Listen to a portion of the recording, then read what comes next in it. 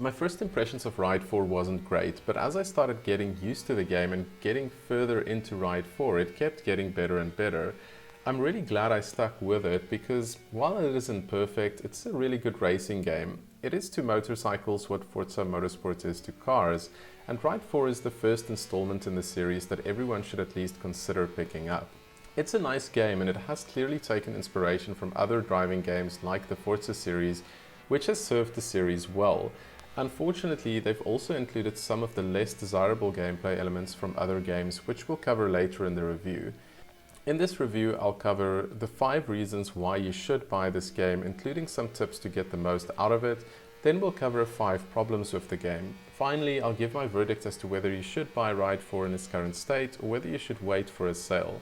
So we'll start with the handling model. Looking back, this is a huge step up from the original Ride game. One of the reasons why this game has grown on me is because the more you turn off assists and get used to the bikes, the better the bikes start to feel. For a comparison, if you've ever played the racing games like Forza, you'd likely know that the more assists such as traction control you have turned on, the less you'll feel the unique handling characteristics of each car. This is no different in Ride 4, and if you want bikes to feel different from each other, you have to turn the driving aids off. You can find driving aids under the difficulty settings, and I'd advise turning off braking assists and bumping up the handling model 1 level. In addition, note that you can adjust traction control, ABS braking, and anti-wheeling during the race, and I'd advise turning these down as well. When you're starting out, I'd recommend turning traction control off completely while putting anti-wheelie and ABS on 1.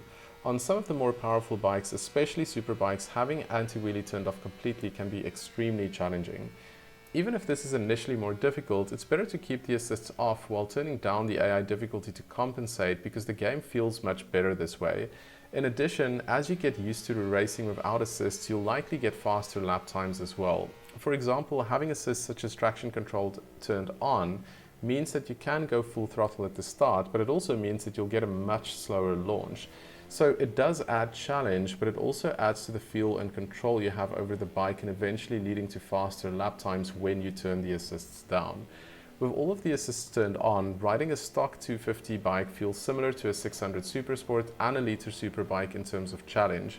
With the assists turned off, the more powerful motorcycles become a real challenge and all motorcycles across the various categories feel a lot more satisfying to ride.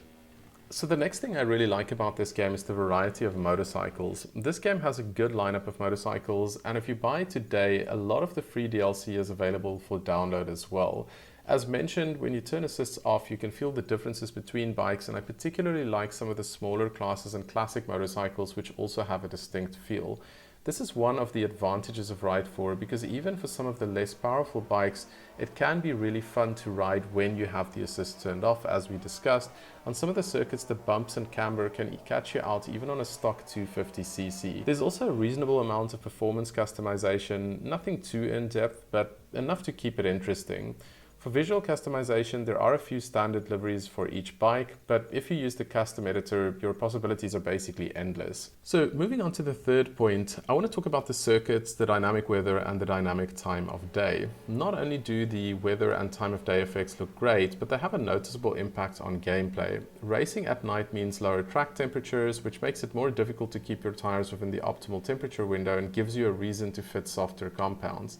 The lack of grip associated with rain makes for a significant challenge as well, and it's particularly difficult with more powerful bikes with all the assists turned off. What's great is that the races can be set up with dynamic weather, meaning potential for changing conditions throughout the race, and when you set up endurance races, you can speed up the time of day progression by up to 60 times, which means that you can experience the changing conditions of a 24-hour race within 24 minutes. So even though there isn't an insane amount of circuits, there is enough circuits there to keep it interesting, and it's a combination of a lot of its racetracks, but they also have a couple of circuits that are more on the open roads.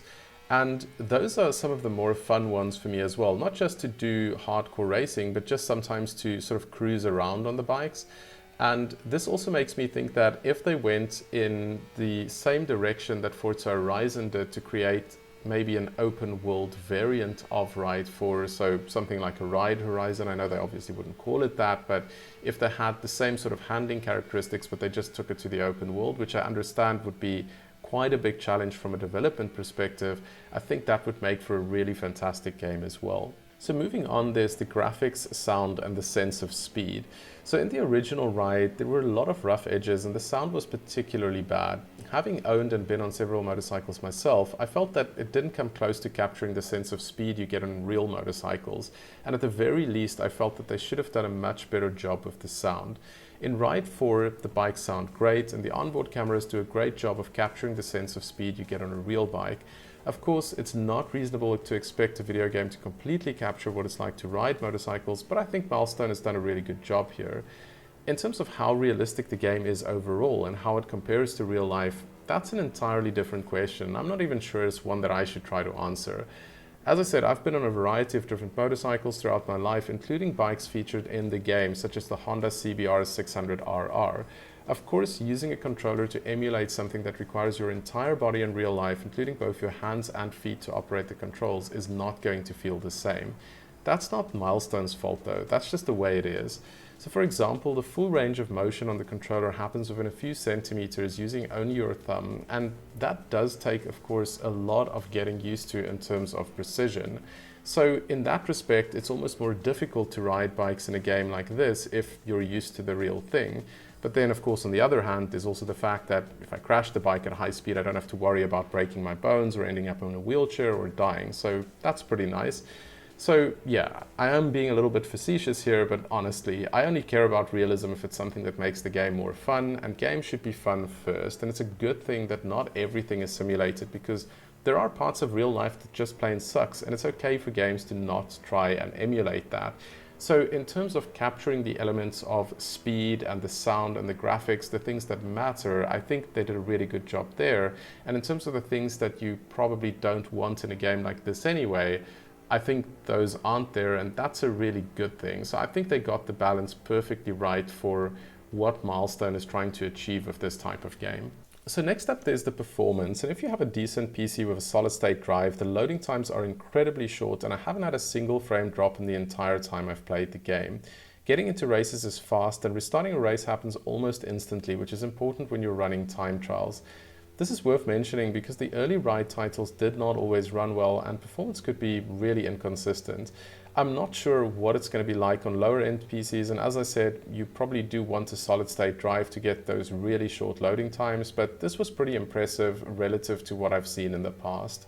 So those are the reasons why I think you should really consider picking up this game, but I also want to talk about some of the negatives because I do want to keep this video balanced, and I'm going to start with the biggest issue I have with this game first. It's around the expensive and sometimes questionable DLC that they have for this game. And I just want to state for the record, I have no problem with DLC as long as the developers focus on creating a base game that can stand on its own and don't compromise the base product in order to facilitate the sale of DLC later on. Unfortunately, it seems that that's exactly what Milestone may have done here. The worst thing about this game is that the devs are selling a credits multiplier that doubles the amount of credits you get in-game for winning races. I've never been a fan of microtransactions because it messes with the game balance and players' overall enjoyment of the game, so just no on this one, devs. Balance your game properly and don't make the players pay extra for it. So how do we as players stop developers from doing this?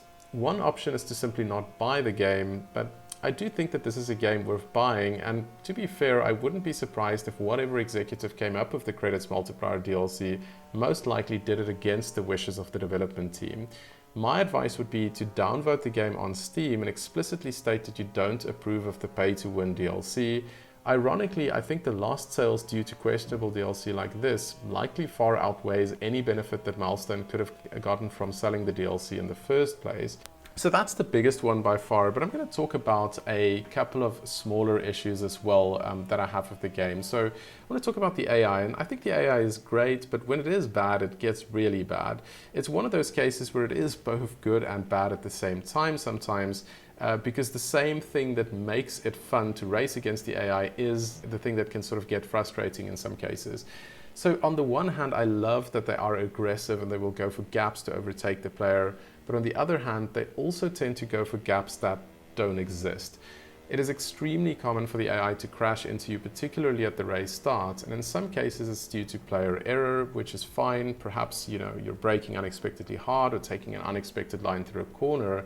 But unfortunately, in other cases, they do cause accidents that I can't help but feel could have been easily avoided. I tend to like imperfect AI in racing games because their mistakes can make the races more interesting. This goes a bit too far though, and I think it will frustrate a lot of players. So next up is the racing line. Now the racing line assist is not the best implementation I've seen in a racing game. There are times where the racing line was showing red, indicating a need to reduce speed in areas where it's entirely possible to keep racing through at full throttle. Likewise, there are places where the warning to brake comes too late and you're guaranteed to overshoot the corner. It's not just that it can be inaccurate at times, it's that it's inconsistent. If it was consistently inaccurate, at least you can adapt to it, but as it stands, you can't.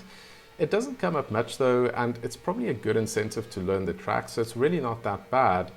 But that said, it will be an issue for new players, which will find this to be an unnecessary challenge. Luckily, the game does have a really good rewind system, which will really help new players. So speaking of new players, I think that this game is a bit of an acquired taste. The learning curve is steep, and this is not a bad thing. I like the challenge, but unfortunately it means that a lot of the players will rage quit or simply give up on the game too early. The player data supports this, and it's a shame because I think most players will come to love this game if they push past the first few hours. I have not that much experience playing motorcycle games, and I also found it difficult to get into, but once you get into the swing of things, it can be really rewarding to play.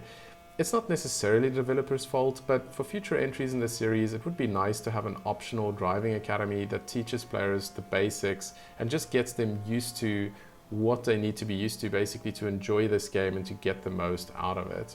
Finally, I want to talk a little bit about the lack of classic motorcycles, and here I am really nitpicking, so this is not a big issue. I love that there are 200 plus bikes in the game. But in the next entry, it would be nice to see a few more motorcycles from the 60s and 70s. Currently, there are only 2 bikes in the 60s categories and 0 in the 70s category.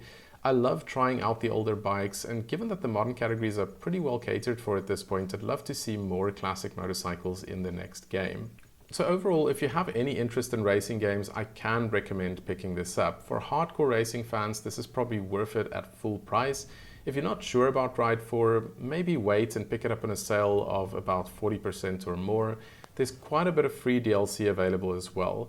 Now, as for the paid DLC, this is where, much like other games of this type, it feels like the developers are really starting to nickel and dime the player base. It's probably not worth it unless you're going to be playing the game for 100 plus hours, or you can find it on a really steep discount.